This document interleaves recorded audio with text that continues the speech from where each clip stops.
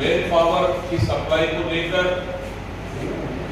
जो टेंडर होना था, लगभग वो टेंडर है 300 करोड़ रुपए का टेंडर हुआ। लगभग 148 कंपनियों ने भाग लिए और लगभग 8 जोन में बांटा गया। बल्कि ये भारतीय जनता पार्टी के राष्ट्रीय सचिव की जो उनके मालिक हैं और उनके 2 कंपनियों को चयन किया गया। आखिर क्यों? गुजरात के किस प्रभावशाली नेता के दबाव में भारतीय जनता पार्टी के राष्ट्रीय नेता के एक मालिक के 2 कंपनियों का चयन हो, जबकि टेंडर शर्तें स्पष्ट है कि एक मालिक के एक कंपनी का ही चयन किया जाएगा। इसका मतलब है कि भारतीय जनता पार्टी की सरकार ने अपने राष्ट्रीय सचिव जो उनके मालिक हैं, एक SIS गैस सर्विसेज लिमिटेड और दूसरा duster total solution services private limited, ये दोनों कंपनियां एक ही मालिक के। इससे स्पष्ट है कि पूरे नियम कानून को ताक में रखकर ये सरकार अपने भारतीय जनता पार्टी के राष्ट्रीय सचिव को मालिक भी और नेता भी सीधा सीधा उनको फायदा पहुंचाने का काम ये सरकार कर रही है। और वो मालिक राष्ट्रीय नेता गुजरात से भी संबंधित है। मतलब भारतीय जनता पार्टी की सरकार का गुजरात कनेक्शन बहुत ज्यादा ही गहरा बनते जा रहा है। वो इसलिए क्योंकि आप देखेंगे पिछले समय भी छत्तीसगढ़ में 1500 करोड़ रुपए मांगने का पूरे प्रदेश में चर्चा रहा और मुख्यमंत्री निवास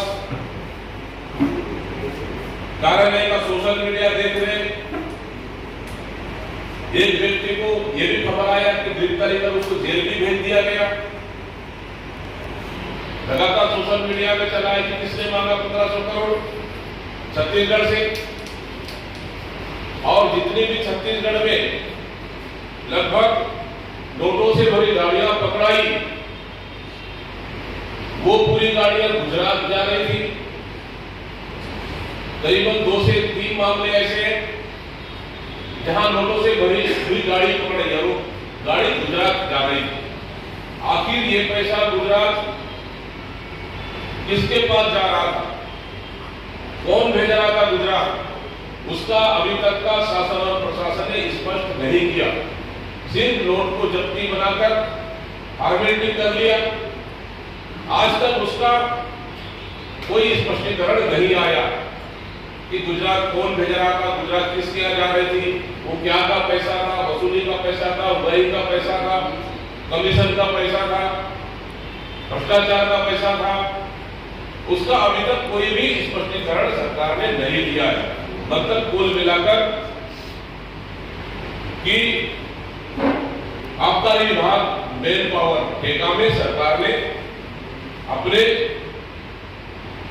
चहेते राष्ट्रीय भारतीय जनता पार्टी के राष्ट्रीय सचिव और मालिक को पूरी तरह से फायदा पहुंचाने का काम कर रही है। और आप देखेंगे कि अभी पूरे प्रदेश में भारतीय जनता पार्टी की सरकार के संरक्षण में अफीम की खेती की जा रही है। ये अब पूरी तरह से स्पष्ट हो चुका है।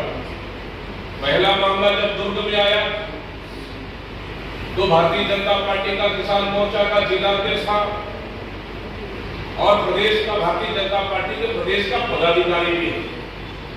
उसके फार्म हाउस में, उसके खेत में 10 एकड़ के क्षेत्रफल में अफीम उगाना स्पष्ट साबित होता है कि सरकार भारतीय जनता पार्टी के संरक्षण में अफीम की खेती की जा रही है।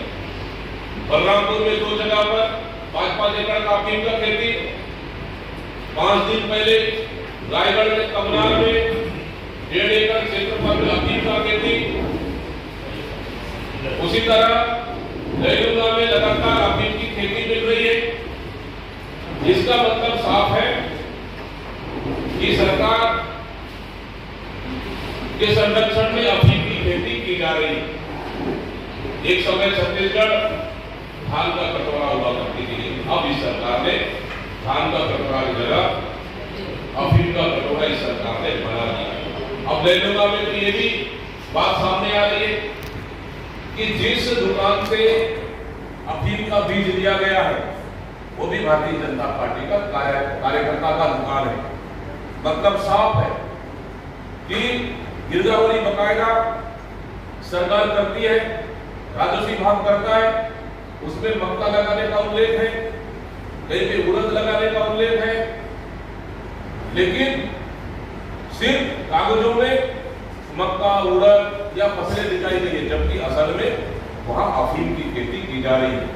मतलब कुल मिलाकर सरकार के संरक्षण में पूरे प्रदेश में अफीम की खेती की जा रही है और ये कहीं न कहीं इसके लिए भारतीय जनता पार्टी की सरकार जिम्मेदार है।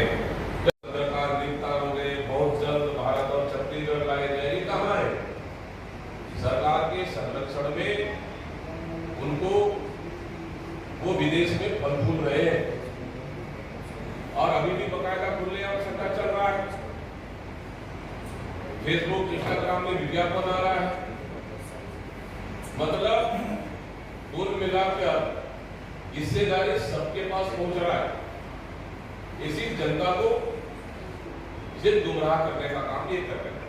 नक्सलवाद को लेकर बात आ रही है और क्या लगता है आपको घटनाएं जो हो रही लगातार उस तरह की घटनाएं देखिए, अब सरकार 31 मार्च का लास्ट डेट तय उन्होंने दिया है कि 31 मार्च को नक्सलवाद बस्तर छत्तीसगढ़ से समाप्त हो जाएगा। आज 26 तारीख है, 5 दिन और बाकी है। क्या 5 दिन के बाद 31 मार्च को पूरी तरह से छत्तीसगढ़ देश में नक्सलवाद खत्म हो जाएगा?